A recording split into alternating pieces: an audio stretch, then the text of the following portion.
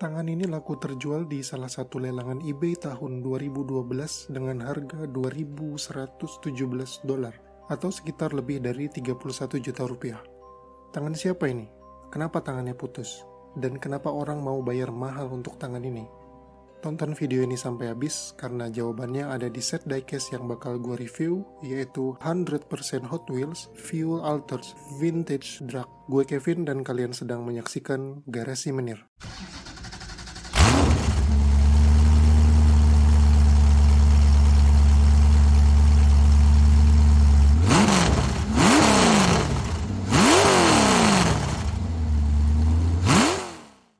Fuel Altered, atau kita singkat FA, adalah salah satu kelas drag race di National Hot Rod Association yang populer sekitar tahun 60-70-an. Kalau diterjemahin secara harfiah, Fuel Altered berarti bahan bakar yang diubah. Tapi aslinya bukan bahan bakar yang diubah, tapi beberapa parts dari mobil itu, kayak mesin yang boleh dipasang 25% di belakang sumbu roda depan, wheelbase pendek, termasuk chopping dan channeling pada bodi.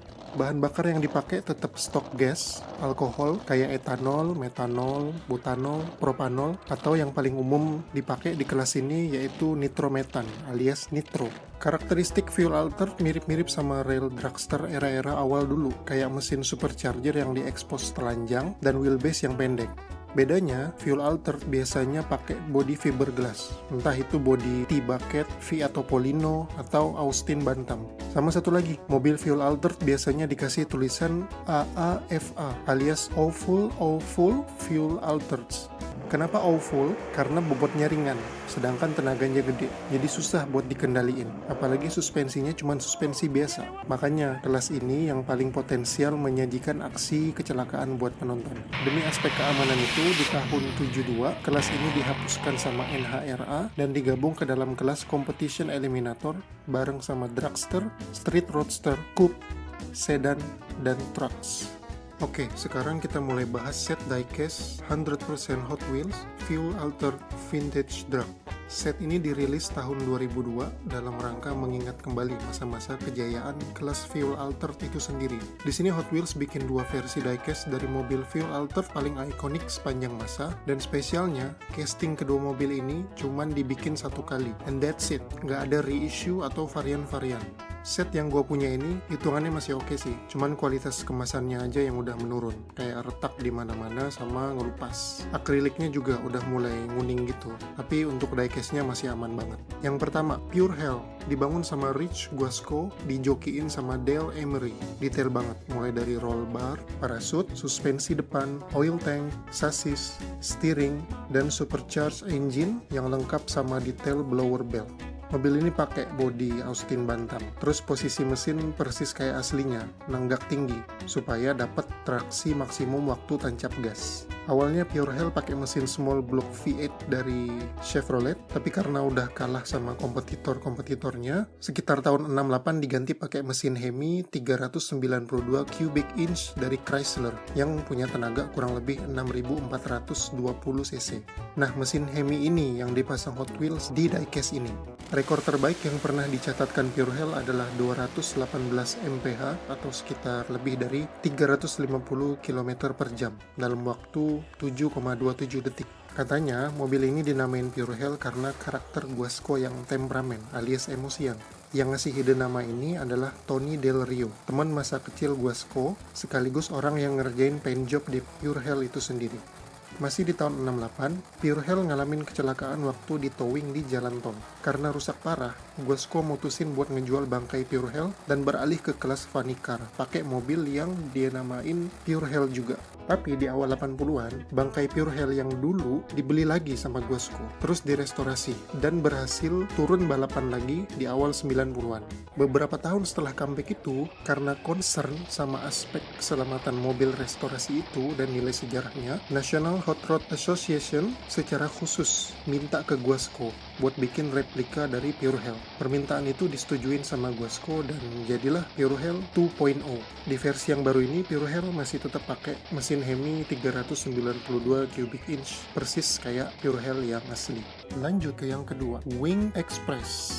Dibikin dan dijokiin sama William Wild Willie Bosch. Bodi yang dipakai Wing Express ini bodi T-bucket pertama yang pernah dipakai di kelas Fuel Alter, dan itu terbuat dari fiberglass. Produksinya Cal Automotive. Sama kayak Fuel Alter sebelumnya, Wing Express juga didominasi warna merah, terus detailingnya juga selevel. Parasut, suspensi depan, oil tank, sasis, steering, supercharged engine, dan detail blower belt. Tangan yang kalian lihat di awal video adalah tangan Bosch, tapi tenang aja, itu tangan palsu kok. Tangan Bosch lengkap, cuman kursi Wing Express saja yang kegedean buat dia. Makanya tiap tancap gas, dia selalu pegangan gini, biar nggak sliding alias ngelesot.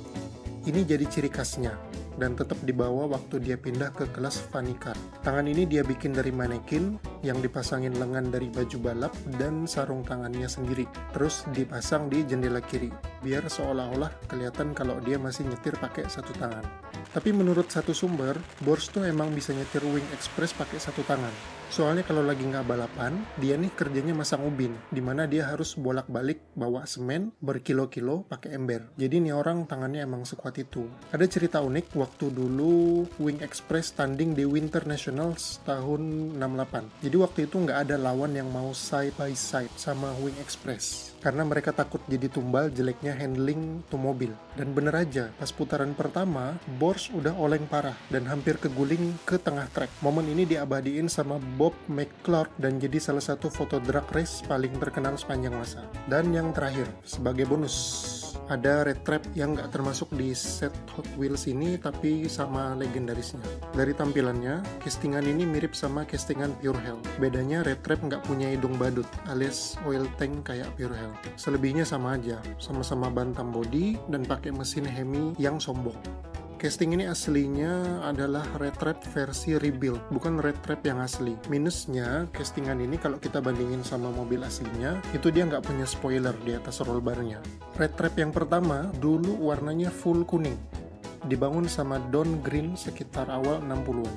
Red Trap itu terus dijual tahun 1972 dan di-rebuild sekitar 23 tahun kemudian. Waktu Green sama Ron Hope ketemuan di Bonneville Speedway tahun 1995. Kecepatan terbaik yang dicatatkan Hope selama jadi joki mobil ini adalah 229 mph atau sekitar lebih dari 368 km per jam dalam waktu 6,35 detik. Kenapa dinamain Red Trap? Percaya atau enggak, ini ada hubungannya sama mitos yang mengatakan bahwa gajah takut sama tikus. Jadi ceritanya, ada persaingan ketat antara Elephant Engine alias Hemi versus Red Motors alias Big Block Chevy di tahun 60-an. Seolah pengen matahin mitos tadi, dinamainlah Red Trap. Karena dibanding kabur dari tikus, mending gajah mangsa aja tuh tikus. Toh badan sama tenaganya lebih gede. Dan itulah yang dilakukan Red Trap. Mengalahkan lawan-lawannya, baik itu yang pakai Red Motors atau sesama Elephant Engine. Oke, segitu aja review dari gue pada video kali ini.